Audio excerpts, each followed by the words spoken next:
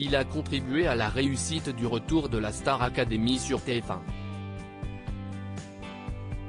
Michael Goldman s'est installé dans le fauteuil du directeur du télécrochet musical, lors de la saison qui a marqué le triomphe d'Anisha, en novembre 2022. Fort de son succès auprès des téléspectateurs, une nouvelle édition de Star Academy devrait se tenir en 2023, selon Télé Loisirs.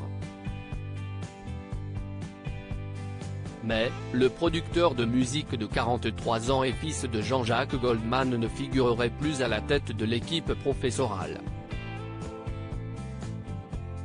Ce vendredi 17 février, Closer affirme que Lara Fabian a été choisie pour endosser le rôle de la prochaine directrice.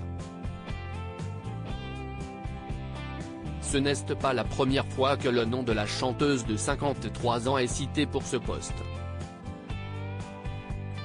Elle aurait même été le premier choix de la production dès 2022, écrivent nos confrères de Closer.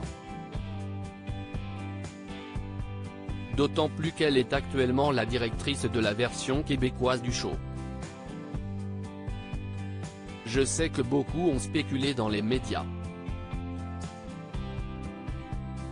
Mais vu les différentes obligations que j'avais déjà contractées, notamment avec ma tournée, je ne pouvais malheureusement pas m'engager, avait-elle cependant justifié dans les pages de Télé 7 jours, en septembre 2022.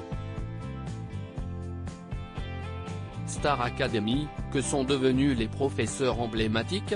Quels professeurs pour la prochaine saison? La prochaine édition de la Star Academy n'a pas été officiellement confirmée par TF1. Mais les professeurs déjà en place lors du retour de l'émission culte sur les écrans de télévision, semblent plutôt être dans l'optique de rempiler.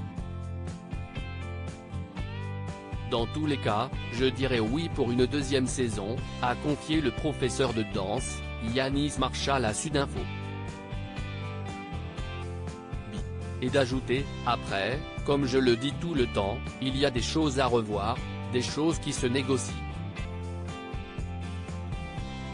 Mais en règle générale, c'était un très beau moment de vie et je serais honoré qu'on me redemande de faire une saison 2.